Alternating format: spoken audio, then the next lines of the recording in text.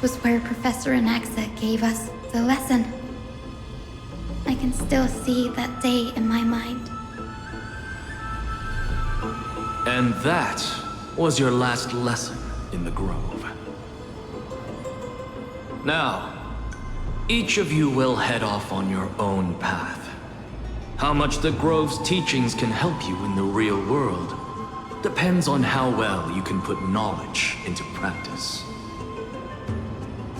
However, heed this warning. If you ever do anything disgraceful out there, don't ever claim you were the student of Anaxagoras, one of the 7 sages.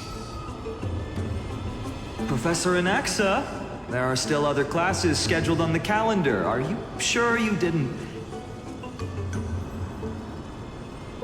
Firstly, call me Professor Anaxagoras.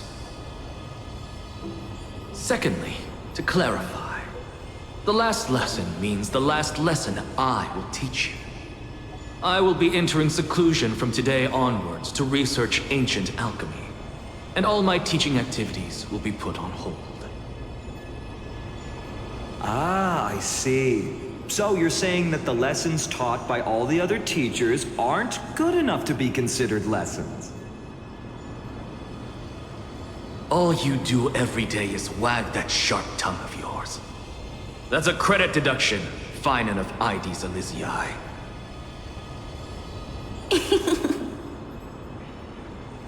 I have nothing left to say. Next. Please wait, Professor. According to the Grove's protocols for a cohort's final class, the lecturer should take some time in that lesson to discuss the students' post-graduation aspirations with them and guide them toward a solid path. Surely you can't skip such a crucial step, Professor.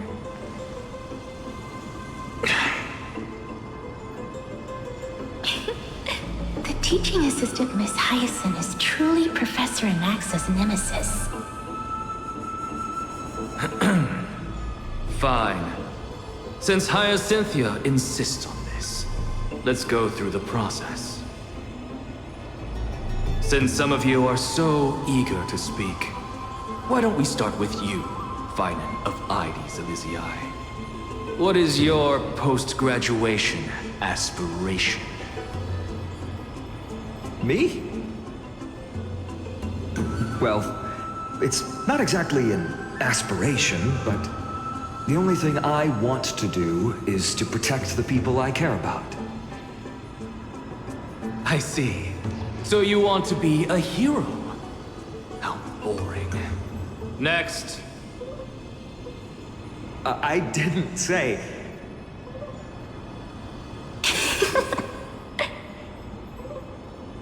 Castorice, you've been giggling for quite some time. How about you go next?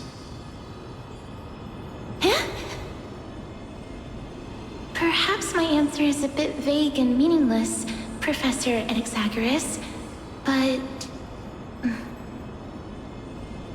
I hope the world can be freed from the agony of death, so that every living being may find calming peace. How naive. So naive that it makes me want to weep for your fairy tale. See, this is why I don't want to follow those outdated protocols. All I get are boring answers. Since you suggested this whole process, why don't you wrap this up, Hyacinthia? Share your aspiration with everyone, and let's see if yours stands out. So it's finally my turn. Good thing I came prepared. My aspiration is nothing less than completing the final blank page at the end of the hero's epic. Blank page? An interesting description. Do explain, Assistant. I've read all of Amphorius's heroic epics while studying at the Grove, and a common thread came to my attention. Almost every epic ends with a description of the hero's achievements. But few mention how the everyday people of that time lived. No one recorded the struggles and suffering the commoners endured. So you're saying that, instead of legendary heroes, you're more focused on commoners living on the peripheries of historical records. Perhaps I'm influenced by my background. My ancestor, Seliosi the Day Thunder Knight, raised her spear against the sky and ushered in the flame-chasing era that continues to this day. Her story is told to every child descended from the Skyfolk. We have no doubts about Celiosi's greatness, yet her towering figure overshadowed every record from that entire era. What about the Day Thunder Knight's family, allies, and friends? What about the survivors and those who died in the great battles? Whenever I think about their stories by the campfire, I realize the details of those legends have been long lost, and only Celiosi's name remains. Her brilliance had become as blinding as Aquila's, lording over everything on the ground. That's why I'm glad that my era does not lack heroes.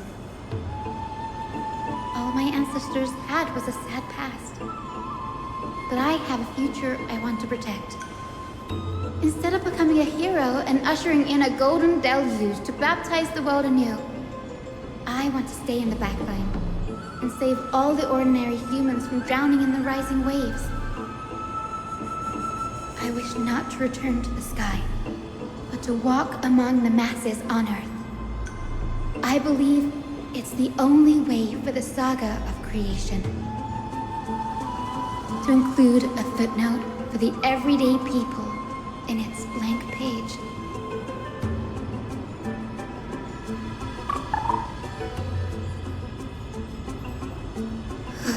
I'm getting embarrassed from remembering how I said all that.